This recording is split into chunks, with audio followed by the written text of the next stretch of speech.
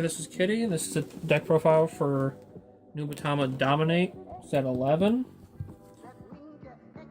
And our starter is Stealth Dragon Mondoi. It's really good when your opponent unit is when your dominant opponent's when a dominated unit attacks, you can put them to the soul, choose a unit and give it 3k and draw a card.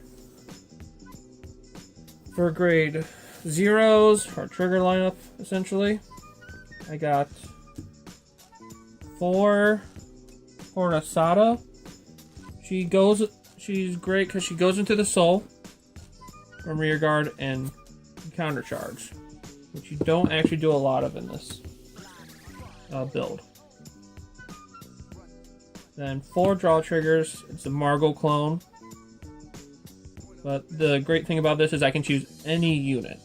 I can choose your units, my units, that guy's units. Then it is a Shiranui deck, so I do like running Noroi. It's the old one because I haven't gotten around to put the new ones in. But goes to the soul, give your Vanguard 5k and draw. Then 4 heal. I run the trial deck one. Generally speaking, I would like to run the fire collection. I just haven't gotten around to getting them.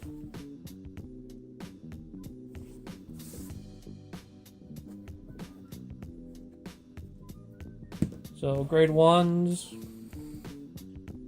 I run 3 Seizui. Whenever a dominant unit attacks, he gains 3k. He's basically, what was that, Liberator? Bruno. He's a Bruno clone, but for each dominated attack. So with Mugen Lord getting pretty much their whole field to attack, he's plus like 15 right there. One thing people argue about is Tenrei. I swear by Tenrei, because there's plenty of times where I grab a 12k attacker, and because Tenrei's on the field, they will have to guard for the extra 3k on top of whatever I added to that attacking unit. On top of that, it goes to the soul. If a dominated unit hits.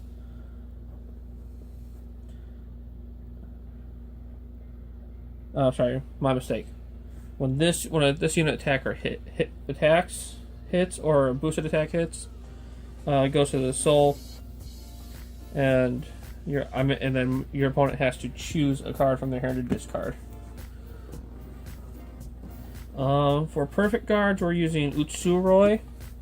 Again, I swear by this card. When your opponent sees this in your drop zone, they're not going to let your dominated unit attacks hit, because they do not want you to get your Utsurois back. Because these will come right back to hand. There's 2 of them in there. 1 goes to the bottom of the deck. 1 goes to the hand. Now imagine if there's 4. And then 4 of the Stride Fodders from the trial deck. Unfortunately, there is a bad grade 3 wise. There's a bad ride, so I like to try and get Shiranui Oboro to my hand quickly. Grade 2s, we got Uzui Tachi. So what it does is you retire this unit. When a dominating unit attack hits, your opponent chooses a card from his or her hand and discards it.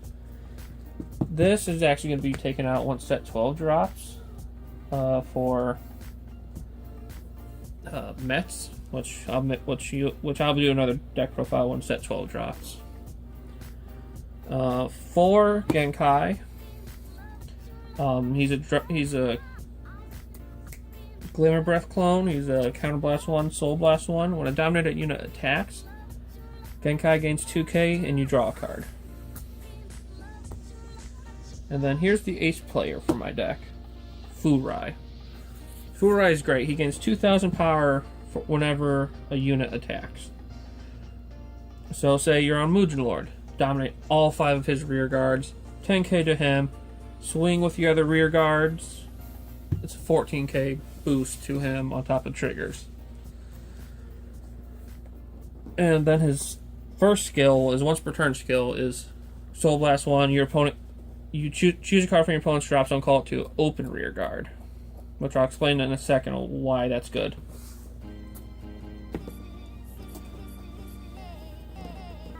So grade 3s, we got 4 Shiranui Oboro,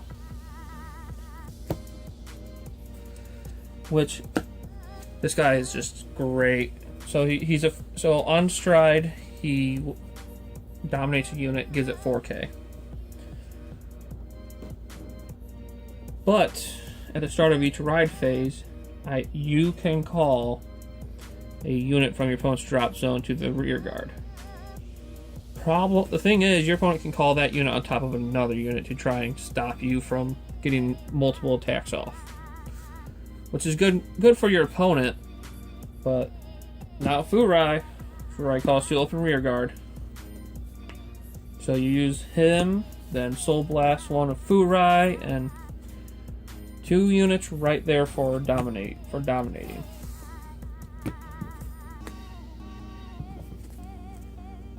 The other grade 3 I run is Morishige.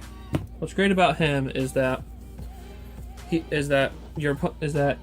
once per turn you rest one of your units, and your opponent chooses one of his rear guards and gives it 3k. He gets to pick whichever rear guard he wants. But when he does, this guy gains 10,000 power. So this guy's a 21k rear guard. And it works on the Vanguard too, so if you're stuck on him and can't stride, works. So, G-Zone wise, I run 1 King Goku Tenbu. I cannot vouch for this guy. I've never had to use him. I've never had to stride into King Goku Tenbu. It's just that everything else is better utility. Set 12 comes around, he's being taken out for Mukuro. But he fills the slots. That's all I can say. 4 Magun Tenbu, he's generally your first stride. What he does is he counterblast ones, flips a copy of him over. Dominate a unit, give it 3k for every face-up card in the G-Zone, which if he's not the only thing on your face-up, it's like 6, then 9, and whatever. But the great thing about it is that with Oboro and Furai, when they call the units they called go to the drop zone at the end of the turn. So if you use him to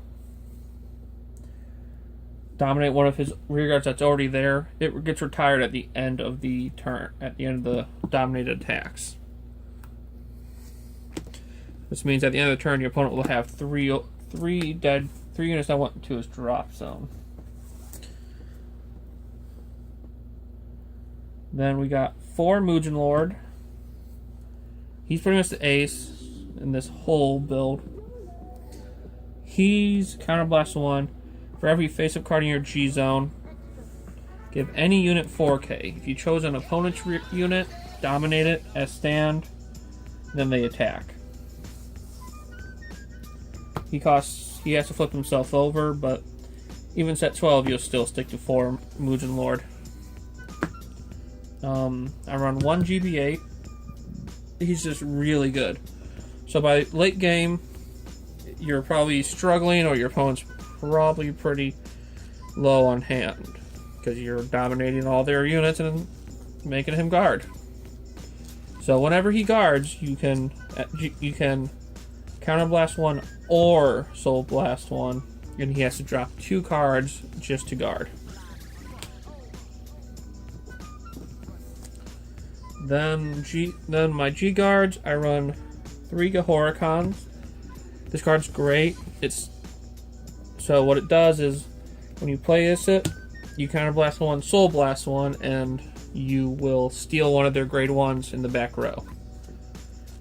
Only real counterplay is to boost with zeros, or not play grade 1s, but hey, it really works against that hollow, that card that calls that retires its boosted unit and calls a hollow unit. Then I run Abu Taishi, the original one from Fire Collection. They're if your opponent has 6 or less, 5k shield. It's just simple. The new one is if you have less cards in your hand than your opponent, which generally isn't going to be the case in this build, because your opponent's going to be guarding so many different attacks. They're probably going to have very little to no cards in hand. And then the last one is Shikihime. Just simple. It's a G flipper from Fire Collection 17. Flip over a unit. Your opponent has a choice to discard a card or not. If he doesn't, you gain 20,000 shield. Your opponent will almost always drop a card. So my favorite time to play is when he has like 1 card in hand or no cards in hand, and then he has no option. He can't discard, so I gain my boosted shield. So I guess in a ideal world, you would be looking at a field like this. You would have that as your heart, this, that on the field.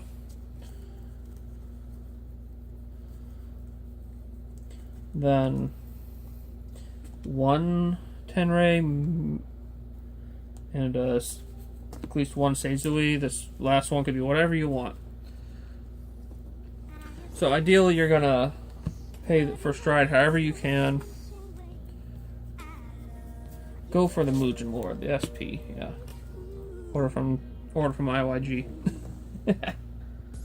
And so on stride you'll dominate a unit, give it 4k. Then these guys go off. He'll get it plus 3k. They'll gain 2k each.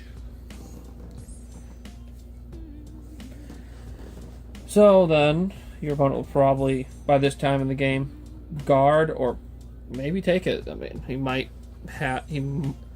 be banking on that trigger. So generally speaking, your G zone will probably be 3, maybe 4 cards if you G guarded.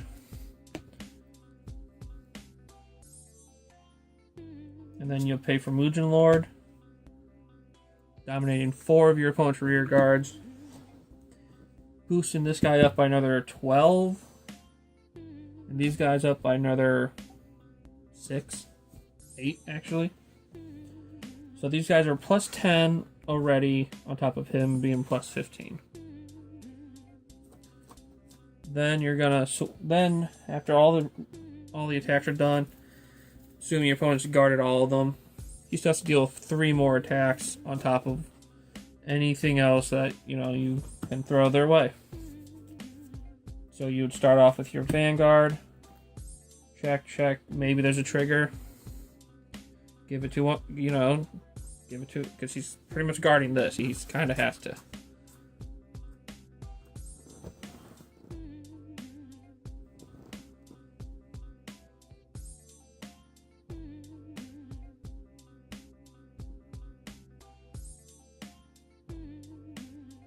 Then from there, you would pick the lower column, which in this case would be this one, being 21 without triggers. And then, like I said, boosted here, because this guy is going to be 25 by himself, plus this is going to be like 40. 36. 41, yeah. No, more than that. 22, 25, 47. This would be 47 without triggers. See, so your opponent has to deal with a lot of attacks, big numbers, and it's just going to get worse for your opponent come set 12 when that Kamahagane Mets comes out. Like I said, that's going to be a different deck profile. This is Kitty. I'm signing out. Hey guys, Camille here! It's time again for the IYG Stand-Up Series, October 14th at Yeti Gaming. This one's looking to be bigger and better than the first. Amazing prizes, exclusive playmats, and a chance for buys at Bushy Road events. Time is running out to sign up, so pre-register your spot today. Imagine your goddess.